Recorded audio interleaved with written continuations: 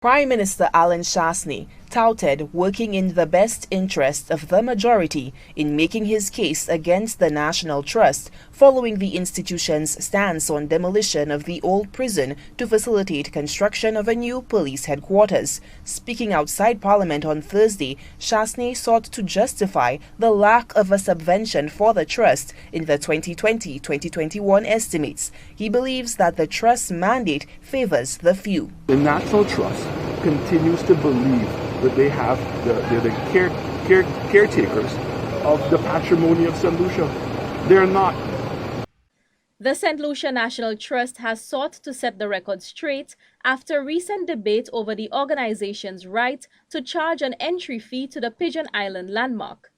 In recent months, the Trust has been quite vocal about its concerns that the ongoing Cabot Golf and Real Estate project will restrict local access to a number of beaches in the vicinity. Since then, the heritage organization has come under fire after arguments surfaced that the entrance fee at Pigeon Island essentially prohibits free, unfettered access to the beaches within the boundaries of the park. According to detractors of the Trust, this is inconsistent with the organization's continued fight to maintain beach access. Alison King, the chair of the Trust, has responded, drawing attention to certain provisions within the St. Lucia National Trust Act, which established the entity in 1975.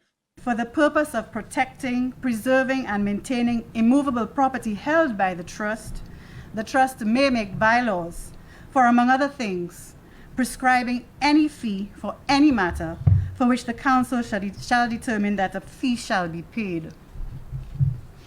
The Pigeon Island National Park Bylaw of 1982 provides that a charge may be made for entrance into the park at such entrance fee as the Council may determine. The lease agreement between the Trust and the previous owner, Rodney Bay Limited, which was transferred to the government of St. Lucia by deed of sale dated 1st August 1984, covenants the Trust to charge fees for entry into the landmark and facilities therein. King explained that revenue from this charge is used to maintain and operate the park as well as other crucial operations of the Trust itself. This includes the salaries of over 30 members of staff. Upon cessation of the Trust's subvention by the government, and before COVID-19, the Trust was just about breaking even, with the Pigeon Island National Landmark entrance fees paid by non-members and visitors amounting to some 80% of our revenue, while membership fees contributed about 20%. Every year, since the cessation of the subvention, we are told by the government to use our properties to generate revenue, but without government support, it has been impossible to make any investments to facilitate that.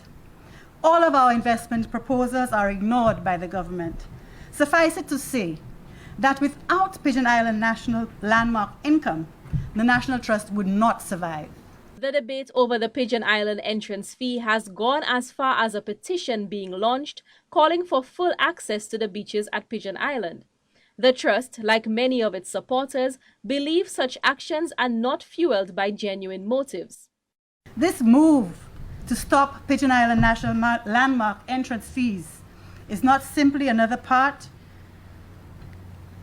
of a deliberate strategy to remove resources from the Trust and dismantle the Trust, but a move to divert attention from the issues we are raising.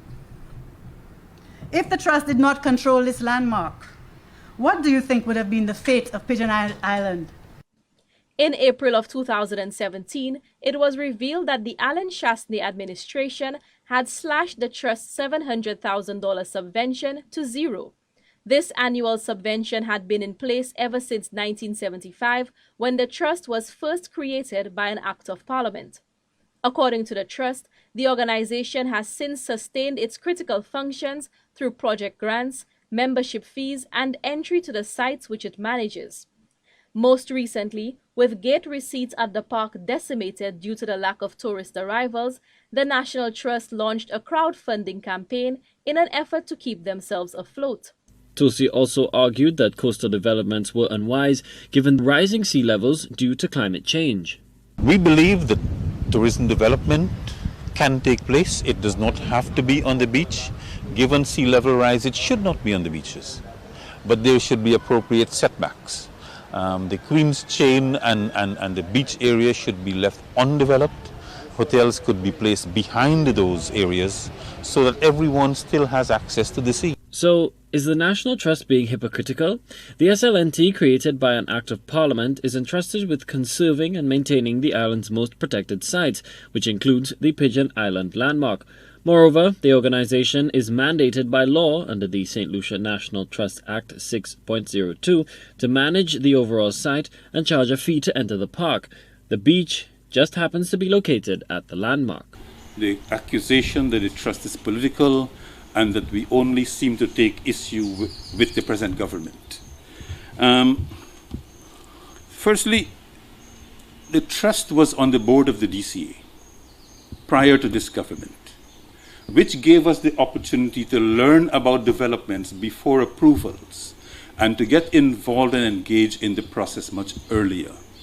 But once we were removed, we no longer had that opportunity. So we were left in a position where we either hear things through the grapevine or we react after things are approved. Director of the St. Lucia National Trust, Bishnu Tulsi, says in early 2017, the SLNT unceremoniously stopped receiving invitations to board meetings of the Development Control Authority. Tulsi says where other governments insisted developers speak with the trust on projects, this current administration has not. During Sir John's last brief stint as Prime Minister, someone wanted to convert Dennery Island into a wedding destination. He was told to go and speak with the trust and come back with the views of the trust before we discuss this any further.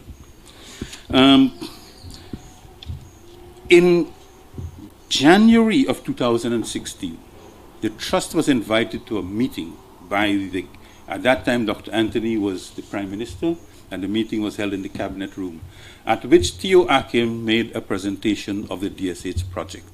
Following that presentation, there was an open discussion, during which Dr. Anthony turned to Mr. Akim and told him, you must speak with the trust because you're proposing a development in sensitive areas and you need to speak with the trust before you fashion your project.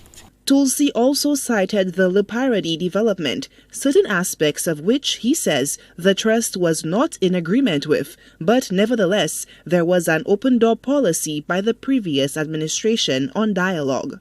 The Leparadi project was under Dr. Kenny Anthony's administration. We had serious issues with that project, but the government facilitated dialogue and discussion with the trust. The SLNT director says because the trust has been kept in the dark on development projects under this current administration, the conservation group has been left with no choice but to remain vigilant. The Dolphinarium is another example.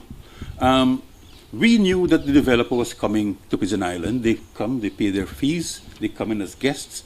They were taking their measurements, taking their photographs. The Prime Minister accompanied them on one of those visits. Without a word to the trust, we were only left to speculate what was happening until the developer made a presentation to the council and its members, and we know where that happened. The point I'm making with all of these examples is that with past administrations, there was always an open door. And there was always not just the opportunity, but the insistence that developers speak with the Heritage Conservation Organization. But that is no longer the case.